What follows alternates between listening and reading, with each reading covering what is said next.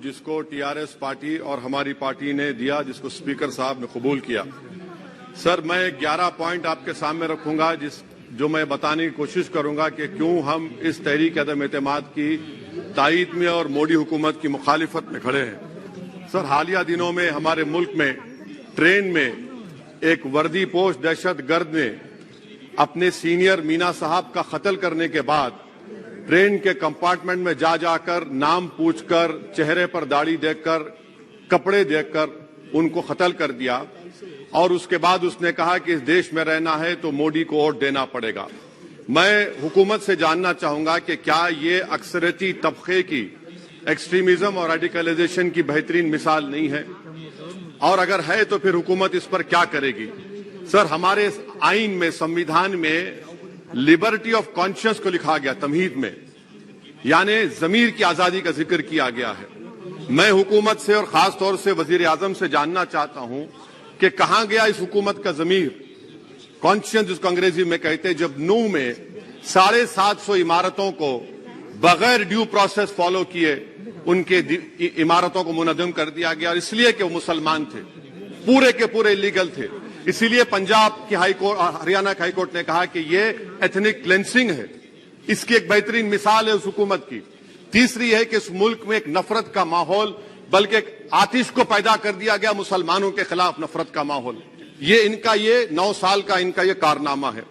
तीसरा सर, मणिपुर के ताल्लुक से कल बड़ा लंबा जवाब वजीर दाखिला ने दिया। सर, आसाम राइफल के ऊपर केस बुक हो जाता है, एफआईआर हो जाता है। क्या हो रहा है वहां पर? कहां गया आपका कॉन्शियस, कहां गया आपका जमीर, जब वहां की महिलाओं की अस्मत रेजी की जा रही है? और आप मुख्यमंत्री को नहीं हटाना चाहते इसलिए क्योंकि वो कोऑपरेट कर रहा है। सर, मैं हरियाणा और मणिपुर के वजीर आला के लिए, किसी शायर ने अच्छा कहा था कि कुर्सी है तुम्हारा ये जनाजा तो नहीं, कुछ कर नहीं सकते तो उतर क्यों नहीं जाते। आखिर कहां गया? उन ताबूतों में खो गया कि आपका कॉन्शियस, आपका जमीर, जहां पर 50,000 लोग बेघर हो गए, यानी 6 लाख हथियारों को लूटा जा रहा है। आखिर कौन सा आप इंचार्ज वहां पर हैं? सर, 4था पॉइंट, हिजाब को एक मसला बना दिया गया और मुस्लिम बच्चों को तालीम से महरूम कर दिया गया। क्या ये आपका लिबर्टी ऑफ कॉन्शियंस है? कहां गया आपका जमीर? सर, अभी आपने फाइनेंस मिनिस्टर साहबा ने कहा, यहां पर डीएमके के मोहतरमा कनीमोजी ने महाभारत के द्रौपदी का जिक्र किया। मैं ये पूछना चाहता हूं, बिल्किस बानो इस देश की बेटी है या नहीं? जिस बिल्किस बानो को 11 लोगों ने रेप किया, प्रेग्नेंट थी, उसकी मां का रेप किया, उसकी बेटी को कत्ल कर दिया, उसकी मां का कत्ल कर दिया, आपने कातिलों को रिहा कर दिया। ये आपका कॉन्शियंस है? ये आपका कॉन्शियंस है? आप तो मेजोरिटेरियन पॉलिटिक्स को फरोग दे रहे हैं। सर, चौथा, आज चाइना के ऊपर कोई नहीं बोलते हैं।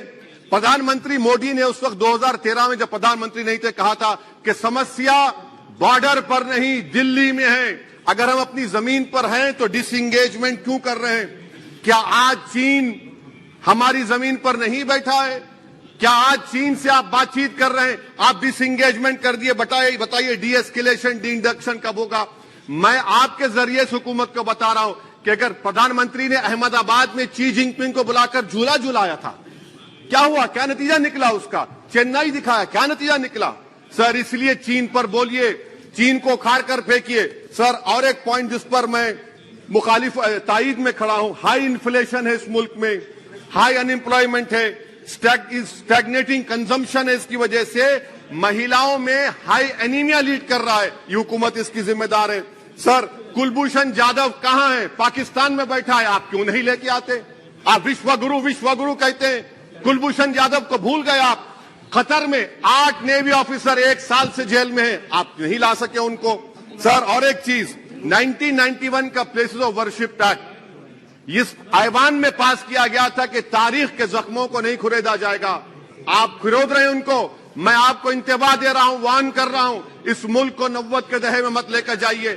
91 का एक्ट, सुप्रीम कोर्ट में जवाब दीजिए कि आपकी हुकूमत 91 प्लेस ऑफ वर्शिप एक्ट की कायम है, उस पर कायम रहेगी। यूसीसी, सर, इस यूसीसी का फॉर्मूला क्या है? एक मुल्क में एक मजहब, एक कल्चर, एक जबान। ये तो डिक्टेटरों का फॉर्मूला है। भारत एक गुलदस्ता है, भारत एक मोजाइक है। यहाँ पर बेशुमार जबानें, बेशुमार मज़ाहिब बोले जाते हैं और हिंदू अनडिवाइडेड फैमिली में Now, OIC, please try to conclude. Sir I am concluding 8 crore 75 Hindu खानदानों को 3,800 करोड़ डिडक्शन मिला। इसके बारे में आप क्या कहेंगे सर? और मैं कंक्लूड करने से पहले आपको बताना चाह रहा हूं कि माइनॉरिटी वेलफेयर का बजट 40% कम कर दिया गया। पढ़ो प्रदेश, प्री मैट्रिक स्कॉलरशिप कम कर दी गई, मौलाना आजाद फाउंडेशन खत्म कर दिया गया फेलोशिप, और इसकी वजह से 1,80,000 मुसलमान हायर एजुकेशन में गायब हो चुके हैं। सर, मैं इख्तिताम में कह रहा हूं कि पसमानदा मुसलमान से प्रधानमंत्री को बड़ी मोहब्बत है। ये कौन सी आपकी मोहब्बत है पसमानदा, जो आपका एक मुसलमान मिनिस्टर नहीं है वहां पर? इखलाक से लेकर पीलू खान से लेकर अफान अंसारी से लेकर लुकमान अंसारी, मॉब लिंचिंग पूरे पसमानदा मुसलमान की होती है। पावरलूम बंद है, अंसारियों के कुरैश बरादरी का कारोबार बंद किया जाता है। स्पीकर सर, मैं कंक्लूजन में अभी कल हमारे होम मिनिस्टर ने कहा था क्विट इंडिया। अगर इनको मालूम हो जाए कि क्विट इंडिया का नारा एक मुसलमान ने दिया था तो वो भी नहीं बोलेंगे, वो नहीं मालूम था उनको। उसका मैं कंक्लूड कर रहा हूं, उसका नाम यूसुफ मेहर अली था सर। यूसुफ मेहर अली ने क्विट इंडिया का नारा बनाया, जिसको महात्मा गांधी ने सारे देश में एक पैगाम किया। मैं कंक्लूड कर रहा हूं सर, इस देश में अगर आज क्विट इंडिया करना है तो कहना पड़ेगा चाइना क्विट इंडिया। जो गौ रक्षक है जिसका नाम मोनू है, वो आपके लिए मोनू डार्लिंग बन गया है, उसको कहिए क्विट इंडिया। सर, जो लोग तुष्टीकरण की राजनीति आप कर रहे हैं, आप हिंदू अक्सरियती लोगों में हथियार बांट रहे हैं, ये आप देश के लिए खतरा पैदा कर रहे हैं। Now, तो please, sir, I am concluding. इसीलिए हम आपसे अपील कर रहे हैं कि हुकूमत से कह रहे हैं कि आप जो सियासत कर रहे हैं इससे नुकसान देश को होगा। प्रधानमंत्री जब खड़े होकर जवाब देंगे, हम उनसे पूछना चाह रहे हैं, पॉइंटेड क्वेश्चन है, क्या देश बड़ा है या हिंदुत्व गोलवालकर की आइडियोलॉजी बड़ी है? मैं इस तहरीक अदम एतमाद की तायद में खड़ा हूं और हुकूमत की मुखालिफत में। सर, एक आधा मिनट सर, दो लोग, दो महाज है इस मुल्क में, एक चौकीदार है, एक दुकानदार है। एक चौकीदार है, एक दुकानदार है। जब जुल्म हम पे होता कोई मुंह नहीं खोलते। यूएपीए का कानून अमित शाह ने लाया, इन दुकानदारों ने तायद की। आज उस यूएपीए का कानून में 83 साल का बुढ़ा सिपर खत्म करो, सिपर नहीं होने से मर गया।